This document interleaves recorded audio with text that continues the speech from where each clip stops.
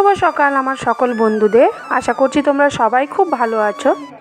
আমিও তোমাদের ভালোবাসায় ও আশীর্বাদে অনেকটা ভালো আছি।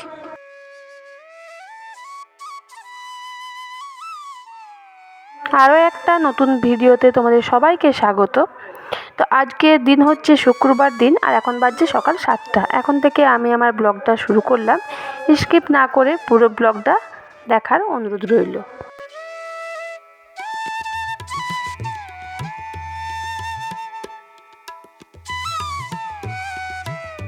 আগের দিন তোমাদেরকে বলেছিলাম যে এখানে গাছগুলো, সন্ধ্যাবনী গাছগুলো আমি তুলবো, তো সেগুলো আজকে সকাল সকাল কাজে লেগে পড়েছি। কারণ এখানটায় সকাল সকাল না গাছগুলো তুললে প্রচণ্ড রোদ হয়ে যাবে, তারপর আর কিছুই কাজ করতে পারবো না।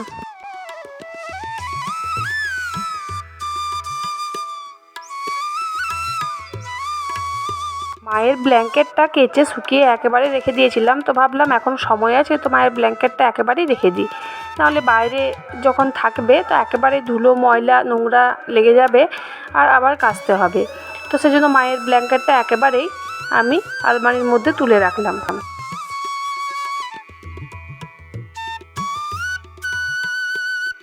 সারাদিনের কিছু কিছু কাজ আমার তো হয়েই থাকে, তার মধ্যে সকালের বাসি কাজগুলো সম্পূর্ণ সেরে দেখো চলে এসেছি আমি রান্নার দিকে। আর এখন উঠোনটাতে দেখতে পাচ্ছ বেশি রোদ নেই, তো সেজন্য ভাবলাম উঠোনে বসেই আজকে সবজিটা আমি কেটে নিই। আর আজকে সবজি হবে কুমড়ো দিয়ে ডাঁটা দিয়ে সবজি। তো তারপরে দেখো কিছু কাপড় ছিল, আমি কাপড়গুলো প্রথমে জল কাচ করে মিলে দিলাম, আজকে আর সার্ফে দিলাম না।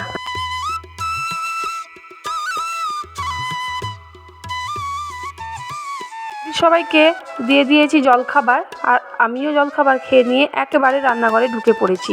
কারণ এখন যদি আর জলখাবার না খায় তাহলে রান্নার দিকে ব্যস্ত হয়ে পড়বো আর জলখাবার খেতে ইচ্ছে করবে না। তো আমিও জলখাবারটা একেবারেই খেয়ে জলখাবারের বাসনগুলো ধুয়ে তারপরে চলে এসেছি রান্নার দিকে। আর এখন আমি বসিয়ে দিচ্ছি কুমড়োটা।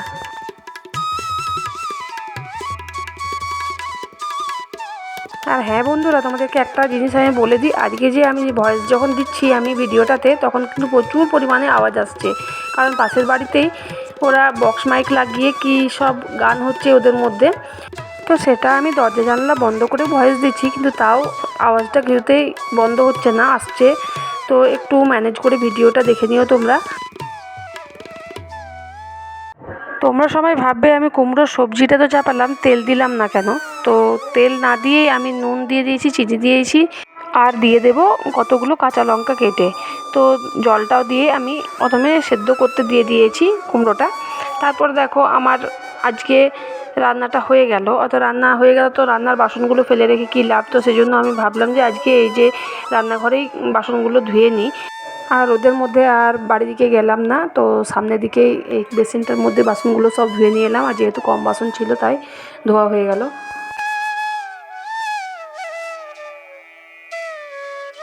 বাসনগুলো ধোয়ার পর দেখলাম যে বেসিনটা খুবই অপরিষ্কার হয়েছিল। আর বেসিনটা আমি সারাদিনে প্রায় 2-3বারই পরিষ্কার করি, কিন্তু তাও দেখো বেসিনটা কত নোংরা ছিল। তো ভাবলাম যে এই বাসন ধোয়ার হাতে একেবারে ওই কাজটাও সেরে নিই, তাহলে আর নতুন করে কাজটা করতে হবে না। তো এক হাতেই আমার কাজ সারা হয়ে গেল দেখো। আর বেসিনটা কি সুন্দরভাবে আমি পরিষ্কার করলাম। আর এই বেসিনটার কালারটা সাদা, ওই জন্য একটুতেই নোংরা হয়ে যায়, আর একটু পরিষ্কার করে দিলেই পরিষ্কার হয়ে যায়, ভালোভাবে মেজে দিলেই। আজ রান্নার সমস্ত কাজ করে তারপরে অন্য কাজে হাত দিয়েছি। তো যথামতো আমি বারান্দাটাও ঝাঁটা দিয়ে নিচ্ছি। আর মোছামুছি তো কাকিমা এসে করবে, তো সেই জন্য দেখো ঝাঁটা দেওয়া আমার হয়ে গেল। আর উঠোনগুলোও তো কাকিমা ঝাঁটা দেয়, তো সেই জন্য আর উঠোনগুলো এখন আমাকে ঝাঁটা দিতে হয় না।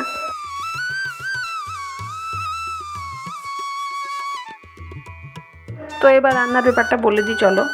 আর দেখতেই পাচ্ছ আমি 2 বালতি জল নিয়ে এলাম, রোদে দিয়ে দিলাম। তো এখন এই গরমের মধ্যে রোদে দেওয়া জলে চান কে করবে না আমার ছেলে চান করবে। তো রান্নার ব্যাপারটা এই কারণেই বলছি যে আজকে আমাদের সব সেদ্ধ সিদ্ধি হয়েছে। কারণ হচ্ছে আজকে আমরা মা শীতলার জন্য একদিন আমরা নিয়ম করে পালন করি। তো প্রতি বছর চৈত্র মাসে শনিবার কিংবা মঙ্গলবার দেখে একটা দিন আমরা পালন করি। তো সেই জন্যই আজকে সেদ্ধ সেদ্ধি রান্না হয়েছে।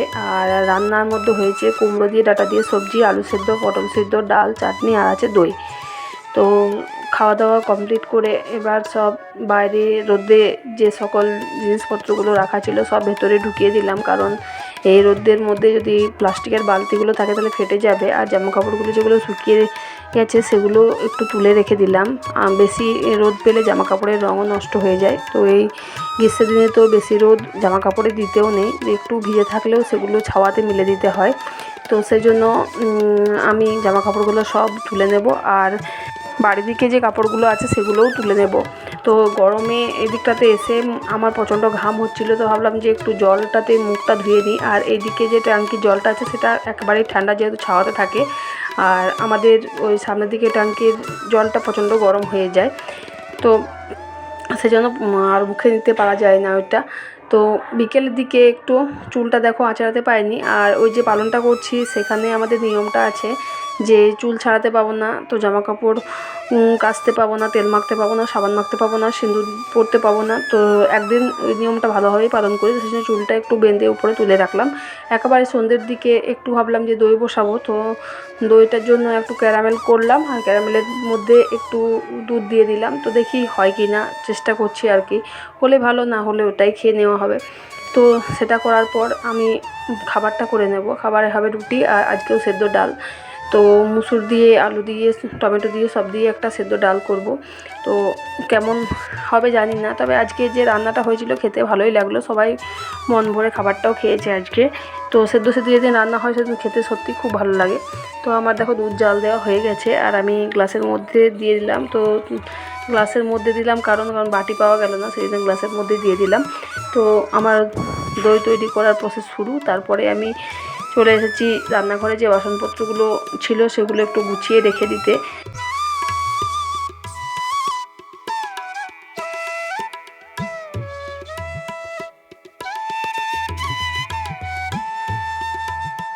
এতক্ষণ ধরে রান্নাঘরে থেকে আমার প্রচণ্ড গরম লাগছিল, মনে হচ্ছে কখন যেন বেরিয়ে যায়, কিন্তু কাজগুলো সম্পূর্ণ শেষ না করে যদি বেরিয়ে যায় তাহলে তাও হয় না। তো সেই জন্য কাজগুলো একবারে গুছিয়ে তারপর এখান থেকে বেরোবো। আর আমাদের বারান্দাটাতেই প্রচণ্ড ঠান্ডা, এই যে নিচে কারো যে বারান্দাটা আছে। বাসন রাখা কমপ্লিট করে একেবারে আমি রাতের দিকে যে 8টার সময় একবার চা হয়, তো সেই চাটা আমি করতে চলে এসেছি। আর এই গরমের মধ্যেও দেখো ওরা চা খাবে, কম পরিমাণে একটু জল দিয়েছি যাতে একটু করে যাতে চা খায় ওরা, তো বেশি করে চা দেবো না এই গরমের মধ্যে দিয়ে। আর আমার সব কাজ কমপ্লিট হয়ে গেছে, এবারে চাটা করেই বাইরে বেরোবো। তো যাই হোক বন্ধুরা, আজকের ভিডিওটা আমার এই পর্যন্তই। যারা আমার ভিডিওটা এতক্ষণ সময় নিয়ে দেখছো তাদেরকে অনেক অনেক ধন্যবাদ। তো এভাবেই আমার পাশে থেকো, সাথে থেকো, আর দেখতে থাকো আমার সাথে আমার ব্লগ তড়িঘড়ি লাইভ। তো দেখা হচ্ছে তোমাদের সাথে নেক্সট ব্লগে। ততক্ষণ তোমরা ভালো থেকো আর সুস্থ থেকো।